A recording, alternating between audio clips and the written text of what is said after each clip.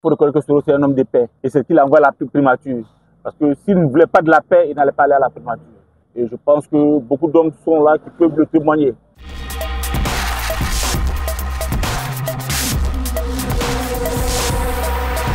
Mon histoire avec Guillaume Soro.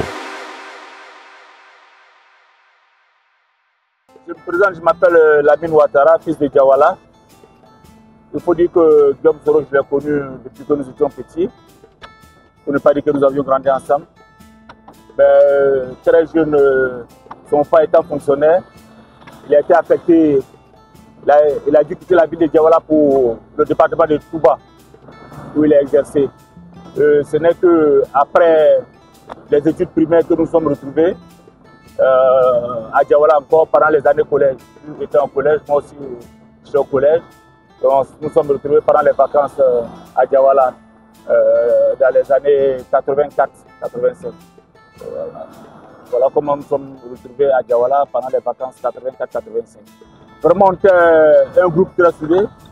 Quand nous étions au collège, on avait un grand groupe composé de à peu près 15 personnes où on se retrouvait pendant les vacances, on essayait de faire amuser un peu la ville de Diawala avec nos petits moyens.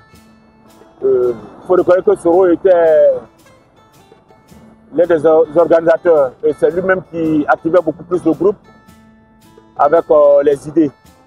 Depuis là, il avait déjà des idées de rassembleurs. Et nous nous rassemblions toujours autour de la table pour qu'on essaie d'animer la ville pendant les vacances. C'est ainsi que, sur ce conseil, on a créé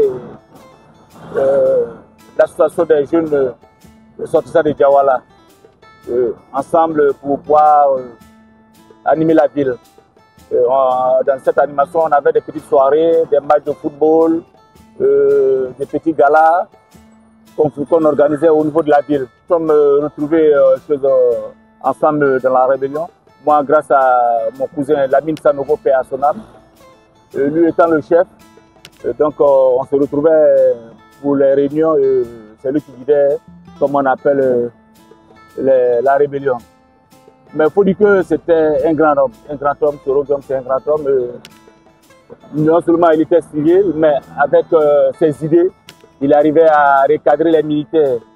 Il a dit que non, nous ne sommes pas là contre quelqu'un, nous ne sommes pas là contre une ethnie, mais nous sommes là pour une cause. Et la cause étant noble, je crois que voilà pourquoi chacun essaie de participer. Au sein du groupe, on avait toutes les ethnies. On avait toutes les ethnies, les Sorufo, les Djoula, les Baouli, les Pétis, les Atiers, au sein du groupe. Soro essayait de quand même apporter la joie et donner de l'engouement à la chose. Il avait une façon spéciale à lui de gérer les trucs. Tout ce qu'il a insisté pendant la rébellion, c'était l'éducation.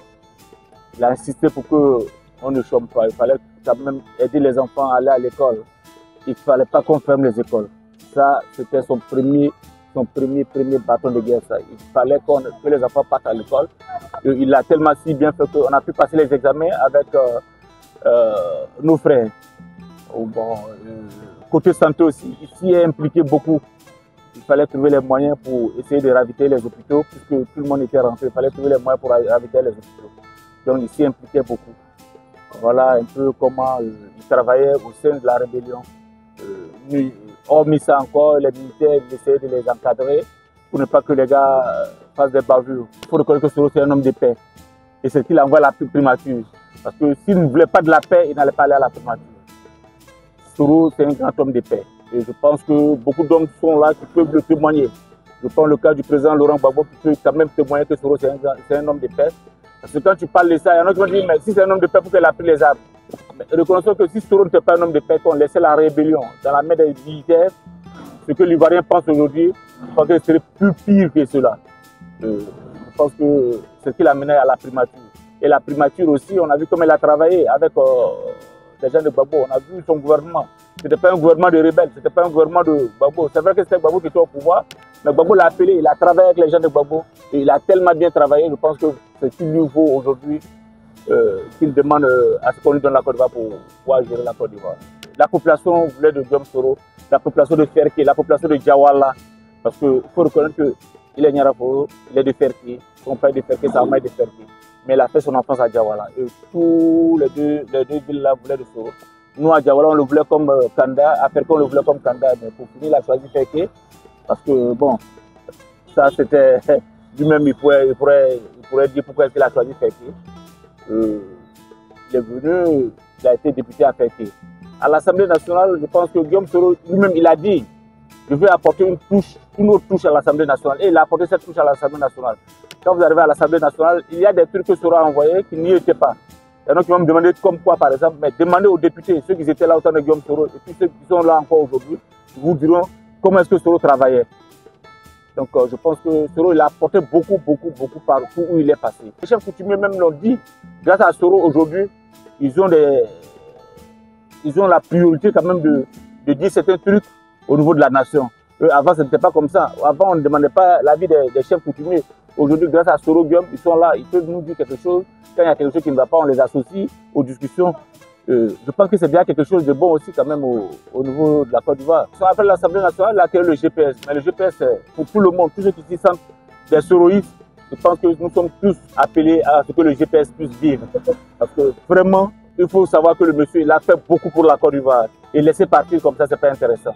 Voilà pourquoi il a créé le GPS, pour que quand même on puisse se retrouver, parce qu'on ne pouvait plus rester avec les gens, puisqu'on lui demandait de rendre le tabouret. Il a rendu le tabouret, donc on ne pouvait pas rester. Étant un homme politique, il faut trouver quelque chose. Voilà comment on a créé le GPS. Mais je pense que pour le moment, ce n'est pas encore total, mais on est sur le bon chemin, Inch'Allah. Une anecdote, je prends quand nous étions encore jeunes. Nous sommes arrivés pendant les vacances où on voulait quand même s'amuser un peu. Et puis bon, on organise un match de football entre les villageois et l'équipe des étudiants, les étudiants. On se retrouve au village, on veut jouer un match. Et nous les étudiants, on n'était pas beaucoup, on était un nombre de 12 personnes. Faut dire l'équipe même qui doit monter sur le terrain plus un remplaçant. Et le remplaçant en la personne de Lamine Sanogo qui était déjà blessé, qui ne pouvait pas jouer. On avait un problème. Il fallait jouer le match quand même. On demande aux villageois de nous donner des joueurs pour nous compléter. Ils ont dit non, vous trouvez les moyens pour jouer, sinon on ne vous gagne pas. On dit bon, il n'y a pas de problème, on monte sur le terrain. Soro qui s'était appelé Ablé Traoré Ben Badi, il dit veut jouer le 10. On dit il n'y a pas de problème. Donc il va devant, on va te donner les balles, tu vas marquer des buts. Il dit il n'y a pas de problème. Et vous saviez, le football, c'est pas facile. Et puisque lui, à longtemps, il ne faisait plus de sport. On monte sur le terrain, on court 45 minutes, il est étouffé, il est fatigué. Il dit non, vraiment trouver quelqu'un d'autre. On dit mais il n'y a pas de joueur pour te remplacer. Il dit ah, moi je dois sortir, je suis fatigué. On dit non, tu n'as même pas encore marqué de but, tu dois rester. Il dit ok. Et à la deuxième mi-temps, on joue 10 minutes. Il vient voir le capitaine en la personne de Ouattara Issouf. Il dit ah, il faut trouver quelqu'un, sinon moi je vais sortir. Issouf dit non, il faut aller, tu restes devant là-bas, même si tu dois courir un peu, c'est ce que tu dois faire. On n'a plus de joueurs. Il dit bon, j'ai compris. À notre grande surprise, on va sur le dépôt le maillot en bordure du terrain, il prend son vélo, s'en va à la maison. Et on joue 10 contre 11. Il revient avec un manteau. On dit, mais Joe, mais qu'est-ce que tu fais là? Il dit, ah, moi je vais dire que je suis fatigué, vous n'avez pas accepté, donc on m'a accepté, il est parti. Bon, ça c'était pour amuser un peu la galerie. Donc il est venu avec un poste de radio pour jouer de la musique, et puis bon, ça s'est passé. Comme Soro, il faut reconnaître qu'aujourd'hui en Côte d'Ivoire, moi personnellement, je pense que il serait le meilleur président pour la Côte d'Ivoire. Vu la gestion de Guillaume Soro pendant la rébellion, je me dis qu'il serait le meilleur président pour la Côte d'Ivoire. Parce que il y a certains paramètres d'un pays qu'il ne faut pas négliger. L'éducation, la santé, l'agriculture. Soro, pendant la rébellion, il s'y est impliqué. Il s'y est impliqué beaucoup. C'est quand Soro était pendant rebelle que le cacao a atteint 1000 francs le kilo en Côte d'Ivoire. Ce qui veut dire qu'il a poussé quand même quelque part à ce qu'on essaie d'augmenter le prix. L'éducation, je prends des exemples. Quand nous sommes arrivés à Boaké, il a convoqué une réunion, il a demandé qu'on lui trouve des enseignants, parce que les gens avaient déserté le coin, on lui trouve des enseignants pour prendre les enfants. Et il a confié la tâche au colonel Bamba Siriman. Et il a dit, j'étais à la réunion à Ranotel, il a dit à Bamba Siriman, tu me rends compte directement de tout ce qui va arriver, que ce soit côté financier, tout ce qui va arriver du côté de l'éducation, parce que moi je veux qu'on ait des élèves et je veux qu'on les éduque normalement, qu'ils aient le programme scolaire de la Côte d'Ivoire. Je veux qu'ils passent les examens avec leurs camarades. Donc, tous les enseignants, ils puissent leur donner des cours normalement pour qu'on puisse avoir de bons élèves au niveau de notre secteur. Comme ça, comment seulement trouver les enseignants dans presque toutes les villes de Côte d'Ivoire. Ensemble, on a travaillé dessus. Après ça, la santé ici est impliquée fort. Que ce qui faisait que, même avec l'attente des médecins, il nous a trouvé des médecins qui sont venus d'Abidjan, qui s'occupaient des malades, ils étaient payés. C'est vrai que peut-être les salaires n'étaient pas les mêmes que ceux qui étaient à Abidjan, mais Soro faisait l'effort de leur donner quelque chose pour qu'ils puissent s'occuper des malades. Donc je pense que c'est aussi quelque chose à mettre à son compte. Côté agriculture, nous avions demandé aux paysans, ils ont travaillé et chacun savait comment évacuer ses produits. Et c'était bien fait. C'est vrai que c'était la rébellion, mais c'était bien fait. On disait que nous avions envoyé le cacao de Côte d'Ivoire ailleurs, mais c'était bien fait. Les paysans percevaient ce qu'ils avaient, ce qui devait leur revenir.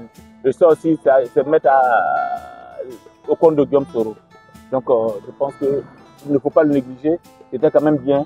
Vu tous ces paramètres, je me dis que c'est quelqu'un qui peut gérer la Côte d'Ivoire.